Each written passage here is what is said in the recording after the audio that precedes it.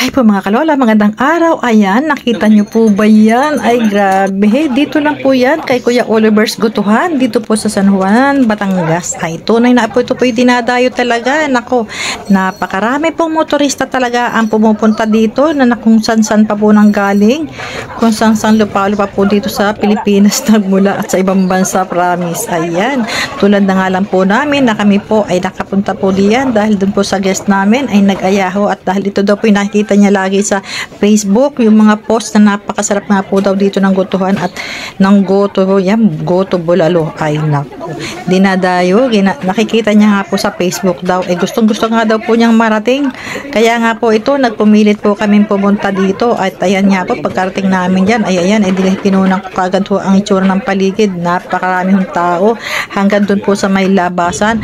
Ay pero po bago po nangyari yan, ay ito nga po, 6 pa lang po ng umaga, umalis kami dito sa bahay. Alam niyo po bang inabot kami dyan ng 2 oras at kalahating paglalakbay para lang makarating dyan sa San Juan, Batangas na yan. Ayan, nakita nyo.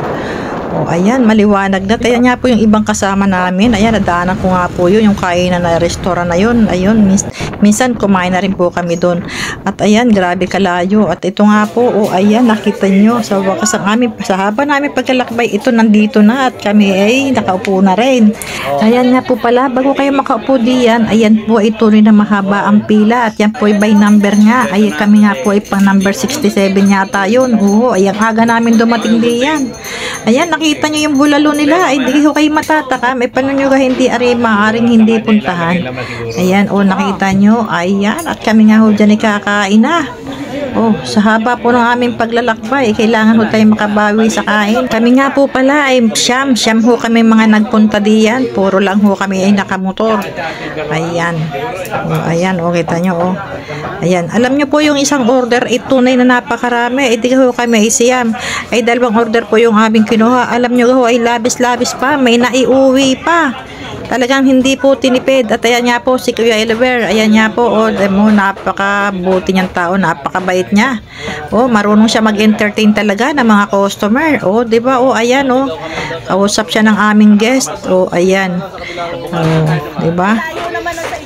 Thank you po, Kuya Oliver. Ay napakasarap ng inyong sabaw, ng inyong Goto Bulalo. Napakasarap na babalik-balikan.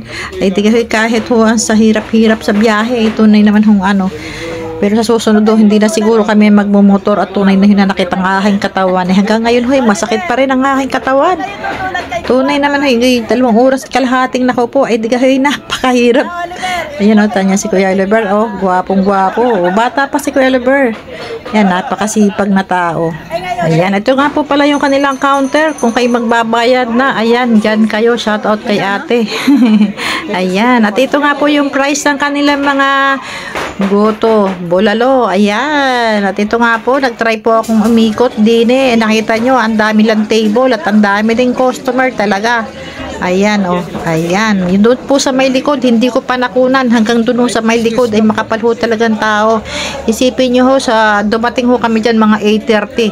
Anong oras na po kami nakakain dyan?